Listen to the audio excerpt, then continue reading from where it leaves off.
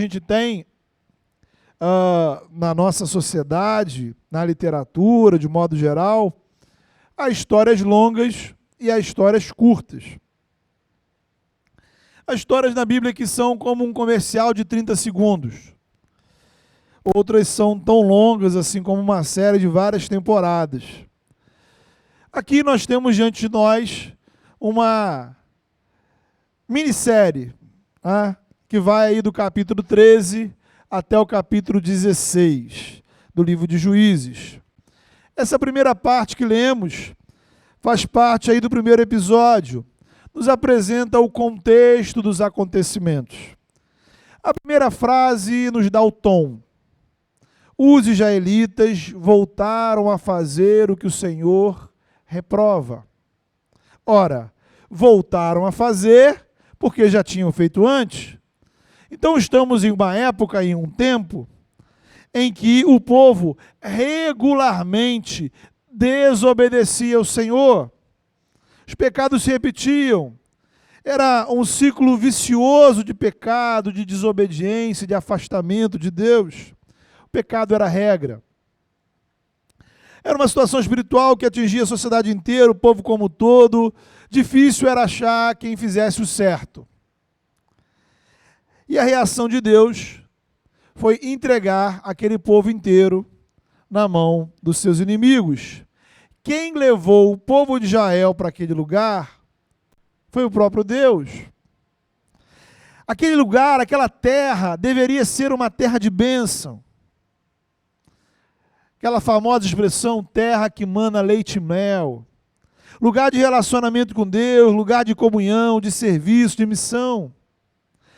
Mas a desobediência do povo transformou a bênção em provação. Preste atenção, porque às vezes isso também acontece com a gente. Temos que cuidar para que o lugar da bênção seja o lugar da obediência, da santificação, do relacionamento com Deus, de uma vida segundo a vontade do Senhor. O lugar da bênção precisa ser o ponto de partida para uma vida mais comprometida com o reino de Deus. Quando perdemos esse foco, caímos no mesmo erro do povo de Israel e podemos sofrer as mesmas consequências. O lugar de bênção se transformou em um lugar de opressão, de sofrimento. O texto deixa muito claro. A situação era juízo de Deus sobre o povo. Durante 40 anos eles estariam sofrendo nas mãos dos filisteus. Contudo, época complicada, época sombria, época de pecado, de sofrimento, de juízo.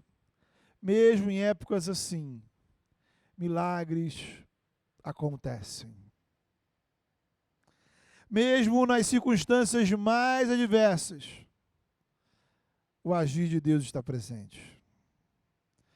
As histórias da Bíblia nos mostram que, mesmo quando o caos, estamos atravessando o caos, podemos ter esperança no agir de Deus. Não sabemos quando, nem como Ele fará. Nós não controlamos o agir do Senhor. Mas podemos crer, podemos esperar que Ele está com a gente e que do céu virá graça, socorro na ocasião oportuna. Então, em um dia qualquer, Deus vai ao encontro de uma família. Um homem chamado Manoá e sua esposa. Até aquele momento não tinham filhos. A esposa de Manoá era estéril. Deus anuncia que ela irá engravidar. O mais importante, essa criança será consagrada a Deus desde o nascimento. Um menino, e por meio dele, Deus irá libertar o povo de Israel.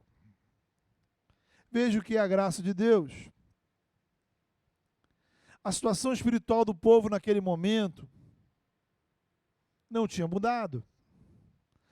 Ainda estamos no cenário do versículo 1. Um povo que não agradava o Senhor.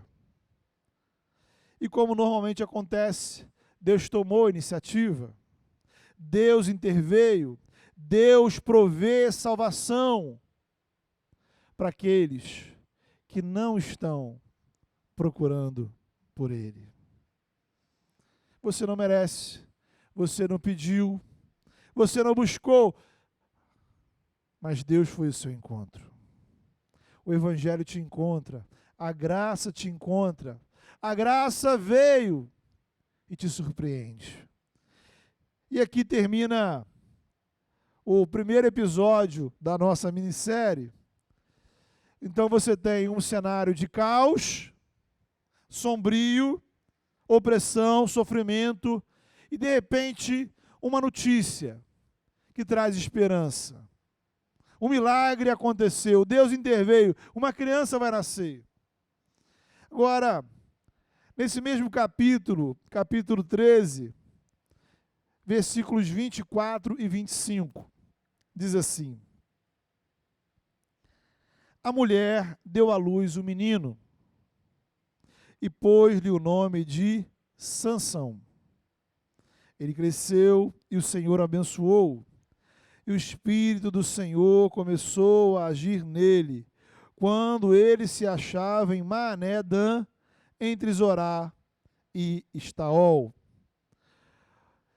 Você já ouviu falar desse menino, o nome dele, Sansão. A Bíblia nos conta que ele cresceu, o Senhor abençoou, o Espírito do Senhor estava sobre ele. Tratava-se de uma presença capacitadora, era o Espírito Santo quem o iria capacitar a liderar o povo de Israel. Bem, imagine você que se a história terminasse nesse momento, ponto, acabou. Teríamos aquela sensação assim de final feliz. Sansão começou a liderar, libertou o povo dos filisteus, Deus cumpriu sua promessa, todo mundo ficou feliz. Mas aí, uma reviravolta acontecerá. E eu preciso que você, mais uma vez, abra a sua Bíblia.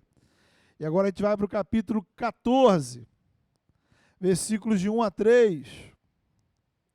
Diz assim: Sansão desceu a Tina e viu ali uma mulher do povo filisteu. Quando voltou para casa, disse a seu pai e a sua mãe: vi uma mulher filisteia em Tina. Consigam essa mulher para ser minha esposa. Seu pai e sua mãe lhe perguntaram: será que não há mulher entre os seus parentes ou entre todo o seu povo? Você tem que ir aos filisteus incircuncisos para conseguir esposa. Sansão, porém, disse ao pai: consiga para mim, é ela que me agrada. Agora você vai no capítulo 15, versículos de 1 a 8.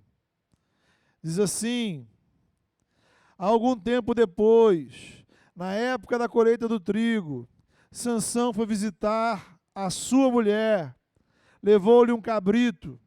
Então, aquela mulher que ele casou lá. Vou ao quarto da minha mulher, disse ele, mas o pai dela não quis deixá-lo entrar. Eu estava tão certo de que você a odiava, disse ele, que a dei ao seu amigo. A sua irmã mais nova não é mais bonita? Fique com ela no lugar da irmã.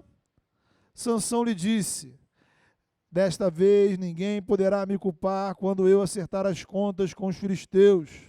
Então, saiu, capturou 300 raposas e as amarrou aos pares pela cauda. Depois prendeu uma tocha em cada par de caudas, acendeu as tochas e soltou as raposas no meio das plantações dos filisteus. Assim, ele queimou os feixes, o cereal que iam colher e também as vinhas e os olivais. Os filisteus perguntaram: quem fez isso? Responderam-lhe: foi Sansão, o genro do Timnita, porque a sua mulher foi dada ao seu amigo. Então os filisteus foram e queimaram a mulher e seu pai. Sansão lhes disse: já que fizeram isso, não sossegarei, enquanto não me vingar de vocês. Ele os atacou sem dó nem piedade, fez terrível matança. Depois desceu e ficou numa caverna da rocha de Etã. Agora no capítulo 16, versículos de 1 a 5. Certa vez, Sansão foi a Gaza, viu ali uma prostituta e passou a noite com ela. Disseram ao povo de Gaza: Sansão está aqui. Então cercaram o local e ficaram à espera dele a noite toda, junto à porta da cidade. Não se moveram a noite inteira, dizendo: ao amanhecer o mataremos. Sansão, porém, ficou deitado só até a meia-noite. Levantou-se e agarrou firme a porta da cidade com os 2 batentes e os arrancou, com tranco e tudo, pôs tudo nos ombros e o levou ao topo da colina que fica defronte de Hebrom. Depois dessas coisas, ele se apaixonou por uma mulher do vale de Soreque, chamada Dalila. Os líderes filisteus foram dizer a ela: veja se consegue induzi-lo a mostrar para você o segredo da sua grande força e como poderemos dominá-lo para que o amarremos e o subjuguemos. Cada um de nós dará a você 13 quilos de prata. E aí, para fechar essa parte, no capítulo 16, versículos 18 a 21, diz assim: quando Dalila viu que Sansão lhe tinha contado todo o segredo, enviou essa mensagem aos líderes dos filisteus: subam mais esta vez, pois ele me contou todo o segredo. Os líderes dos filisteus voltaram a ela, levando a prata. Fazendo dormir no seu colo, ela chamou um homem para cortar as 7 tranças do cabelo dele. E assim começou a subjugá-lo. E a sua força o deixou. Então ela chamou: Sansão, os filisteus o estão atacando. Ele acordou do sono e pensou: sairei como antes e me livrarei. Mas não sabia que o Senhor o tinha deixado. Os filisteus o prenderam, furaram os seus olhos e o levaram para Gaza. Prenderam-no com algemas de bronze e o puseram a girar o moinho na prisão. Amém. Então, queridos, o que vemos em todos esses versículos? Simples. Sansão foi alguém que não levou a sério o relacionamento com Deus. O nascimento de Sansão foi um milagre. Sansão foi um homem separado e consagrado por Deus desde o nascimento. Mas Sansão é o exemplo de uma liderança sem caráter. Sobrava força em Sansão, mas faltava integridade, faltava santidade. Então, queridos, o nosso desafio é olhar para Sansão e nos enxergar. Quantas vezes eu e você não somos como ele? Pessoas consagradas por Deus, separadas pelo Senhor, mas que não vivem de acordo com o seu chamado. Se estamos em Cristo, temos um chamado. A pergunta é: nossas atitudes expressam, correspondem, evidenciam esse chamado? Sansão entregava resultados. Qual era o problema do povo de Israel naquele momento? A opressão dos filisteus. Qual a solução? Vamos matá-los. A história de Sansão é como você acompanhar um filme de ação, sabe? Uma mistura assim de Rambo com Duro de Matar. Há um ciclo interminável de violência. Sansão entregou resultados, mas não entregou caráter, não entregou exemplo, não entregou testemunho de obediência e compromisso com o Senhor. durante 20 anos em que ele liderou o povo, de fato, os filisteus deixaram de oprimir Israel, e aqui você precisa prestar muita atenção. Houve paz, mas não houve conversão. Houve ausência de conflitos, mas não houve avivamento. Não houve arrependimento.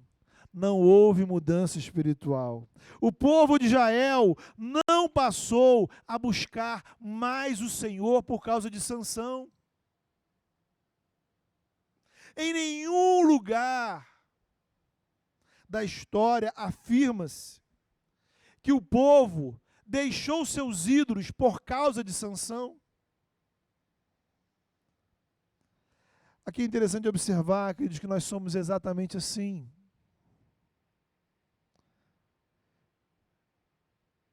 Talvez você esteja vivendo um tempo de paz. Aí você olha assim, poxa, caramba, né? Que tempo bom. Está tudo caminhando bem. Poxa, onde estão os filisteus que te oprimiam? Deus tirou da sua vida. Amém, aleluia. A pergunta que o Senhor te faz nessa noite é: este período de paz significa para você mais comunhão com o Senhor? Mais compromisso com Deus? Aqui, irmãos, eu preciso confessar um pecado pastoral que eu já cometi algumas vezes, e acho que todo pastor comete, né?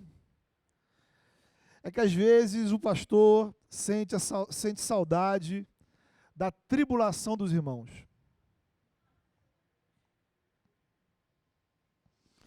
Meu irmão, minha irmã, quando você estava atribulado, você era um crente melhor. Quando os filisteus estavam por aí, você orava mais, você tinha mais comunhão, você tinha mais compromisso, você se dedicava mais, você buscava mais, você levava mais a sério a vida com Deus. Os filisteus foram embora. Veio a paz.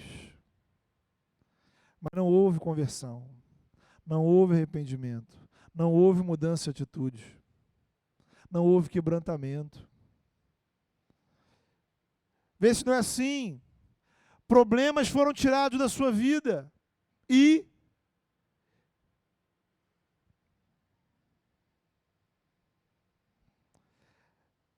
precisamos, queridos, reajustar o foco das nossas orações. Talvez você esteja atravessando um momento de tribulação, de problema. E eu queria que você pensasse, de forma muito honesta, será que o melhor que poderia acontecer na sua vida é que esses problemas acabassem? Será que no lugar de orarmos pelo fim dos nossos problemas, ao invés de orarmos pela morte dos filisteus, deveríamos orar pela renovação das nossas vidas, por cura espiritual do nosso coração, por uma mudança de mentalidade, uma mudança de atitude, uma nova disposição para servir ao Senhor. Sabe, irmãos, a gente olha as orações de Jesus, a gente olha as orações dos apóstolos, a gente olha as orações dos primeiros cristãos no Novo Testamento. E assim, eu já li o Novo Testamento algumas vezes, você pode fazer esse exercício, procura lá. Veja quantas vezes você vai encontrar orações onde as pessoas pedem: Senhor, tira das nossas vidas os problemas. Extingue a tribulação.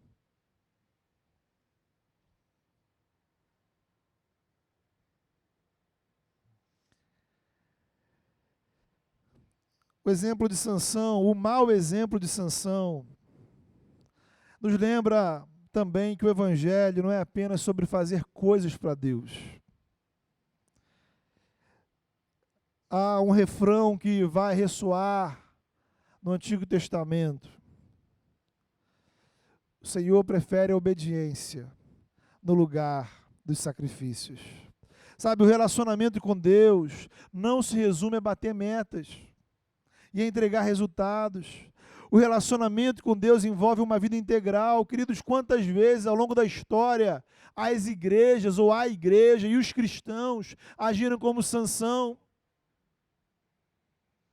Quantos cristãos e quantas igrejas ao redor do mundo estão agindo como Sansão?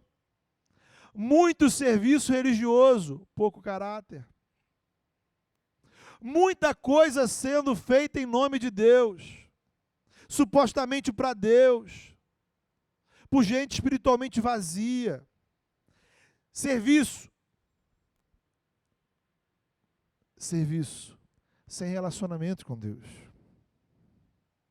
Religiosidade que destrói comunhão, que destrói a missão. Sabe, por isso a gente precisa reajustar o nosso foco. Seu foco está em quem? Matar filisteus? Ah, tem muito crente bom em matar filisteu, irmão.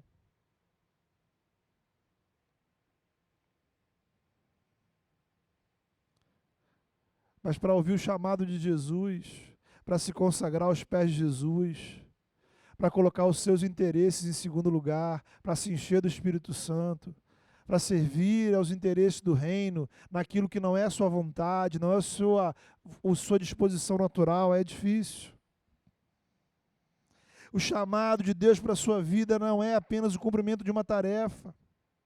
Será suficiente apresentarmos para Deus apenas alguns resultados? Basta vir ao culto, cumprir uma escala em um ministério e fazer uma oração durante a semana.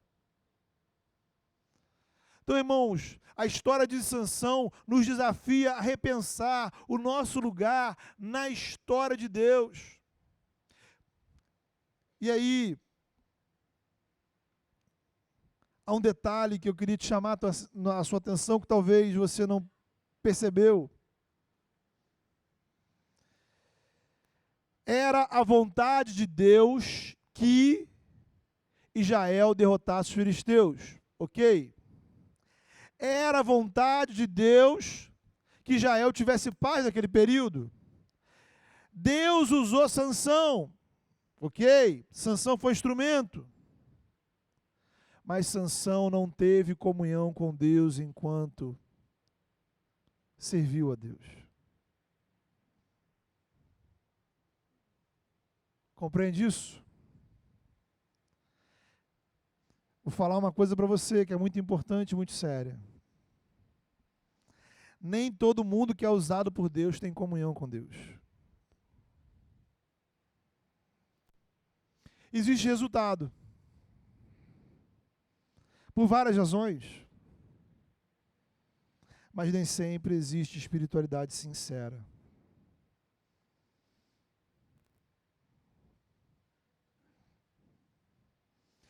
Toda vez que alguém faz o que Deus manda, isso produz resultados abençoadores.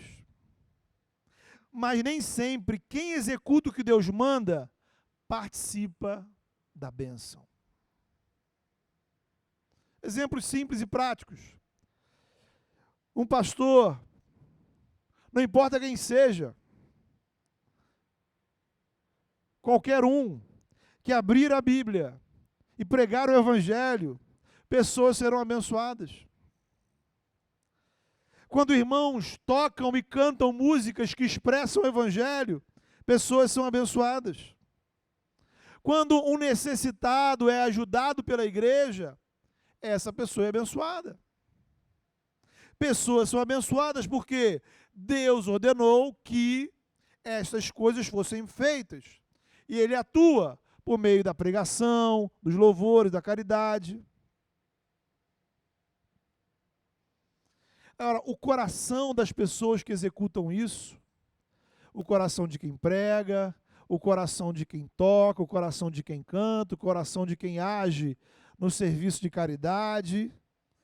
Pode ser um coração absolutamente distante de Deus, cheio de ódio, cheio de mágoa, cheio de orgulho, cheio de ganância, cheio de sensualidade, cheio de vaidade e cheio de outros tantos sentimentos pecaminosos. Sabe? Todos nós já ouvimos falar dos escândalos que, vez ou outra, explodem por aí em igrejas. E aí sempre rola aquela situação assim, poxa, aquele pastor, aquele irmão, aquela irmã, aquele líder, quantas pessoas foram abençoadas por aquela pessoa? Isso foi real. Realmente, naquele momento, Deus usou aquela pessoa. Elas foram instrumentos, mas em algum momento desse processo, elas deixaram de ser discípulas de Jesus. Foram instrumentos, mas não tinham relacionamento pessoal com Deus em Cristo. Instrumentos que não tinham fé, que perderam o temor de Deus, instrumentos que deixaram de se preocupar com o pecado, instrumentos que já não mais se importavam, não se entristeciam, não confessavam os seus erros, instrumentos que não tinham momentos privados de orações sinceras, instrumentos que perderam a alegria simples de apenas ser parte do povo de Deus. Nosso desafio aqui, irmãos, é olhar para a gente, sabe? Então toda essa reflexão fala muito ao meu coração, porque eu posso ser Sansão. E todas as semanas, eu sou desafiado a ser Sansão. E eu vejo muita gente ao nosso redor, muita gente sendo Sansão. Não adianta eu me iludir, sabe? Não adianta eu chegar aqui e achar assim, poxa, acaba a pregação e aí você fala assim, caramba, poxa, que pregação bacana, pastor. Te abençoou. Mas pode ser que isso nada signifique para a minha vida.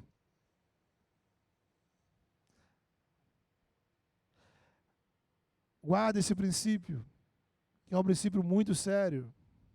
Nenhum serviço que você realize na igreja é evidência que o seu relacionamento com Deus vai bem.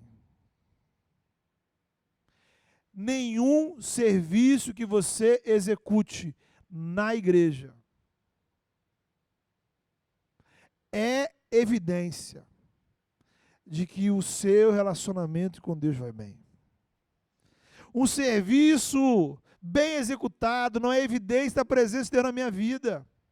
Então você pode fotografar muito bem, você pode tocar muito bem, decorar muito bem, organizar muito bem, pregar muito bem, recepcionar muito bem, dar uma aula muito boa.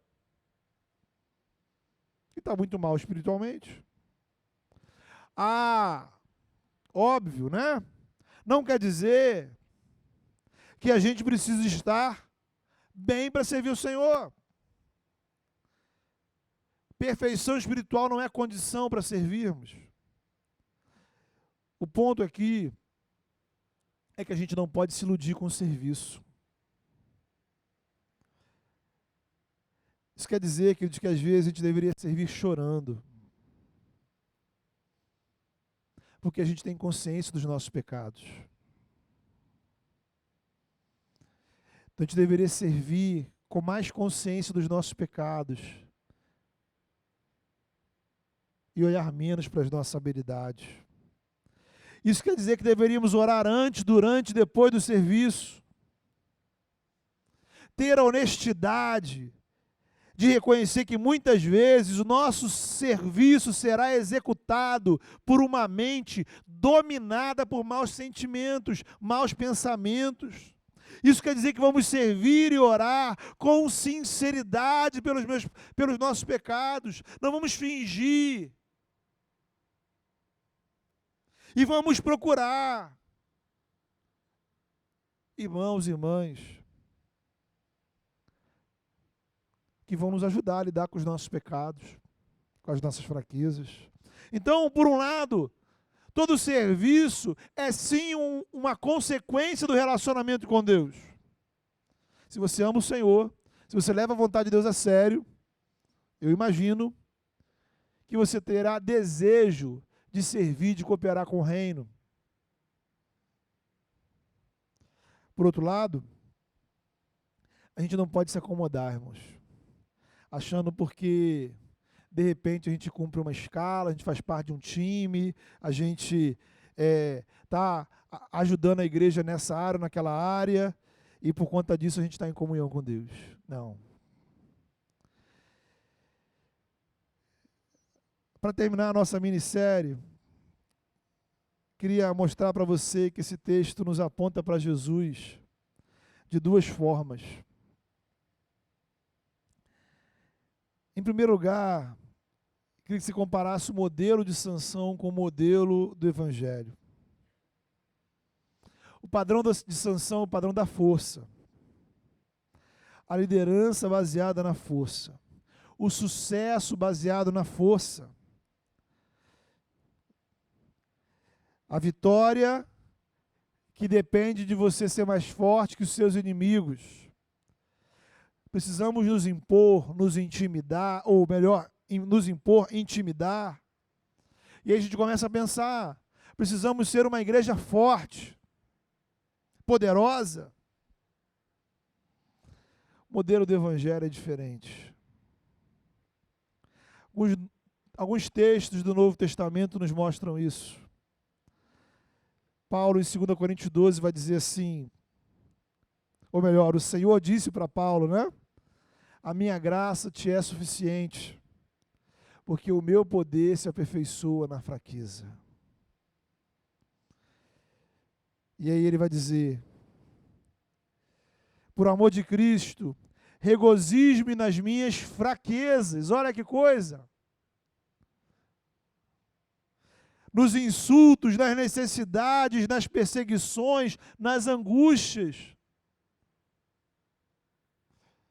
Paulo está dizendo que ele não tinha medo de assumir diante de Deus e diante da igreja as suas fraquezas. Porque quando sou fraco, ele conclui, é que sou forte. Então, queridos, a igreja não precisa de sanções. Deus não está chamando sanções. Precisamos de crentes mais fracos. Precisamos de homens mais fracos, mulheres mais fracas, gente que reconhece a sua incompetência, sua incapacidade,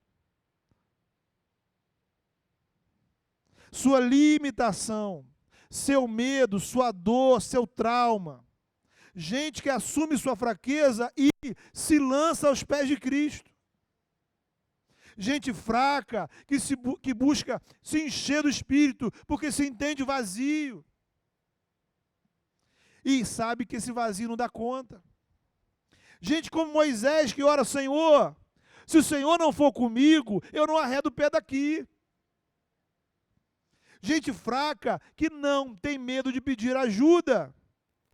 Gente fraca que não tem medo de pedir ajuda em oração e pedir ajuda ao irmão. Gente fraca que sabe que o melhor que tem para oferecer a Deus não vale de nada. Gente fraca, como aquela mulher que não parava de chorar aos pés de Jesus. Por quê? Porque ela entendeu o tamanho do perdão de Deus para a vida dela. 1 Coríntios capítulo 1. A loucura de Deus é mais sábia que a sabedoria humana. A fraqueza de Deus é mais forte que a força do homem. Deus escolheu as coisas loucas do mundo para envergonhar os sábios. E escolheu as coisas fracas para envergonhar as fortes. Então, queridos, o lugar da fraqueza é o lugar da dependência de Deus. E aí eu te chamo a sua atenção para algo que talvez vá revolucionar seu entendimento sobre a história de Sansão. Porque somos levados, irmãos, a achar que toda a força de Sansão tinha a ver com o seu cabelo. Na verdade, a história nos mostra que era como o próprio Sansão entendia.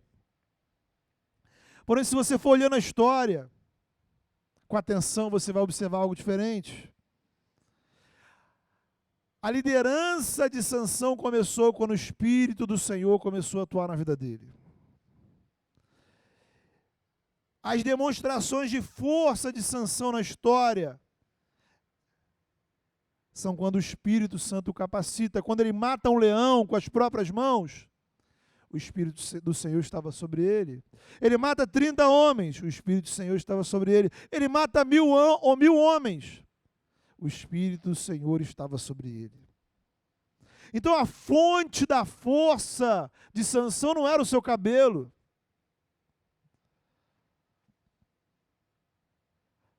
Todavia não era assim que ele entendia. Ele nunca entendeu que dependia do Senhor para cumprir seu ministério. Por essa razão, quando Dalila armou para que seus cabelos fossem cortados, Deus não mais abençoou Sansão. O não cortar o cabelo fazia parte, era uma das questões que Deus, lá no início, quando falou à sua mãe, disse que ele tinha que fazer. Então Deus permitiu que Sansão fosse preso. E a prova fundamental desse raciocínio está no momento da morte de Sansão. Eu queria terminar lendo esse texto com você. Capítulo 16, 28 a 30. Diz assim: E Sansão orou ao Senhor: Ó soberano Senhor, lembra-te de mim. Ó Deus, eu te suplico, dá-me forças mais uma vez, e faze com que eu me vingue dos filisteus por causa dos meus 2 olhos. Então Sansão forçou as duas colunas centrais sobre as quais o templo se firmava, apoiando-se nelas, tendo a mão direita numa coluna e a esquerda na outra, disse: que eu morra com os filisteus. Em seguida, ele as empurrou com toda a força, e o templo desabou sobre os líderes e sobre todo o povo que ali estava. Assim, na sua morte, Sansão matou mais homens do que em toda a sua vida. Sansão não precisou do cabelo para derrubar aquele templo. Ele precisou orar e buscar o Senhor. Sabe, irmãos, aqui, presta atenção. Prova de que você está com foco desajustado é quando você acha que o seu problema é o cabelo.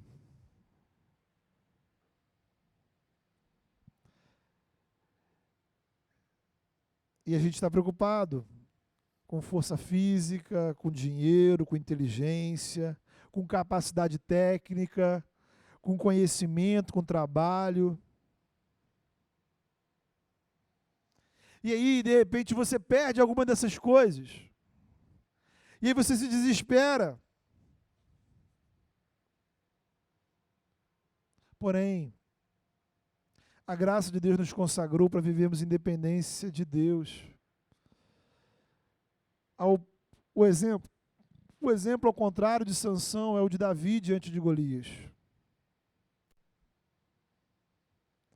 Enfrentar gigantes confiando no poder de Deus.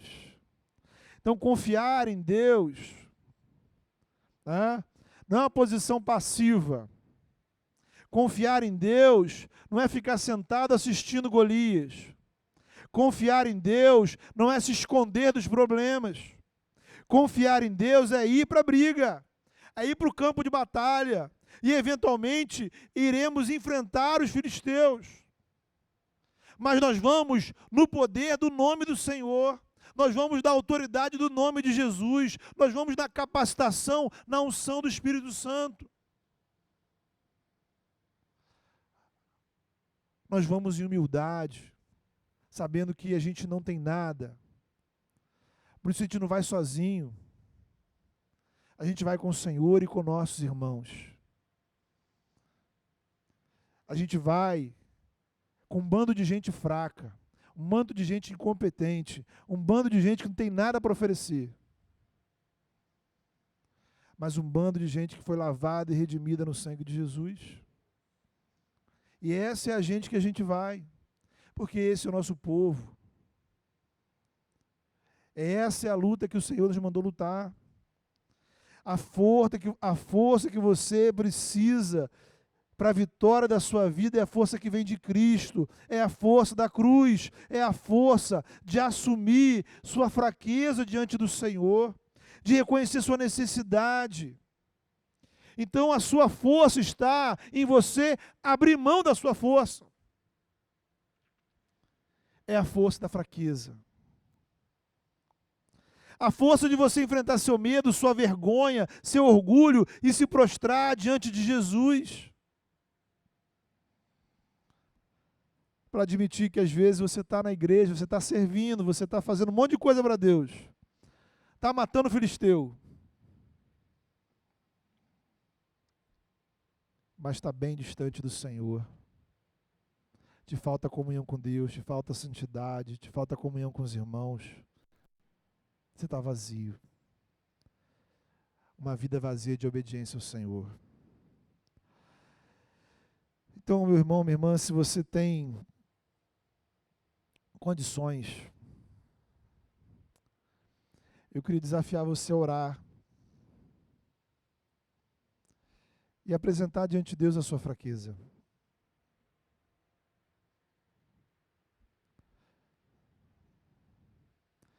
É esse lugar que a palavra de Deus nos leva, aos pés de Jesus. Sabe, para dizer mesmo com coragem, dizer com honestidade. Apresente ao Senhor a sua fraqueza. Apresente ao Senhor as suas dificuldades. Apresente ao Senhor as suas lutas. Apresente ao Senhor as suas dores.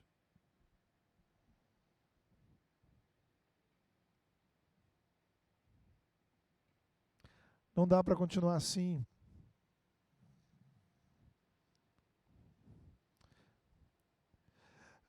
Não dá para fazer como Sansão e só lembrar de Deus na hora da morte.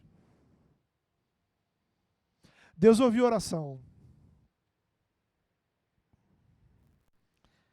Então talvez,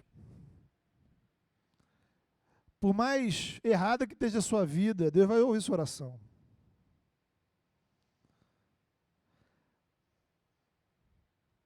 Mas o Evangelho não é sobre apenas lembrar de Jesus na hora da morte. É sobre a gente viver com Ele. Essa é a vida que eu quero viver. É a vida que eu gostaria que você vivesse também. E que a gente vivesse junto, lado a lado, diante do Senhor. Deus amado, nós nos colocamos diante do Senhor.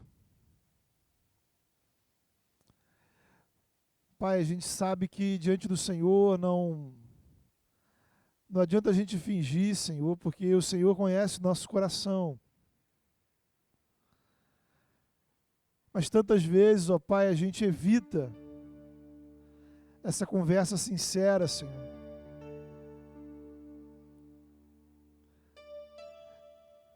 Então, em nome de Jesus, ó Pai, a começar pela minha vida, eu peço ao Senhor misericórdia. Em nome de Jesus, ó Pai, não queremos, ó Pai, nessa igreja, não queremos ser uma igreja que produza sanções. Não queremos ser uma igreja que produza, Senhor, pessoas, ó Pai, que aparentemente fazem muito para o Senhor, mas estão vazias. vivendo uma vida sem obediência, sem comunhão, sem fidelidade. Em nome de Jesus, constrange o nosso coração, Senhor.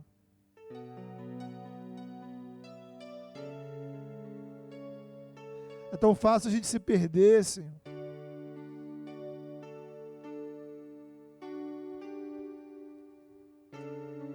E é tão difícil a gente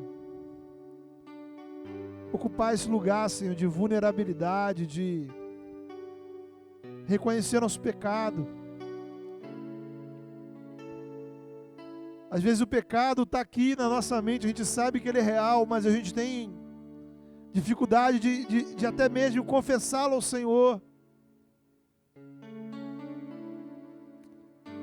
Há coisas na nossa vida que precisam ser mudadas, a gente não sabe nem por onde começar.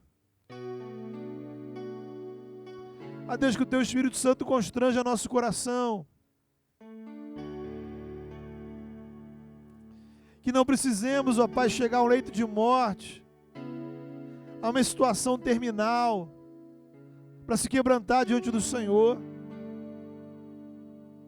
Mas que possamos viver uma vida, Senhor, de caráter, de integridade, de santidade, de humildade, de oração, de comunhão, de dependência. Em nome de Jesus, ó Pai. Que possamos admitir nossas fraquezas, nos quebrantar diante do Senhor e nos encher do Teu Espírito. E no poder e na autoridade de Jesus, e no poder e na autoridade do Teu Espírito, servir ao Senhor, fazendo o que Tu queres que a gente faça, seguindo a agenda do Teu reino, as prioridades do Teu reino. Como tantas vezes cantamos, ó Pai, que a gente diminua e que Jesus cresça, Senhor. Que a nossa vaidade, que a nossa confiança, Senhor, no poder humano, nos cabelos, ó Pai, como Sansão, que essa confiança, Senhor, possa ser jogada no lixo, Senhor. E a gente confie no Senhor, e no Senhor, ó Pai, possamos experimentar vitórias, ó Deus, graças, milagres, experiências. Faz isso, ó Pai, nessa igreja, Senhor. Faz isso em nossas vidas. Em nome de Jesus, Teu Filho, oramos. Amém.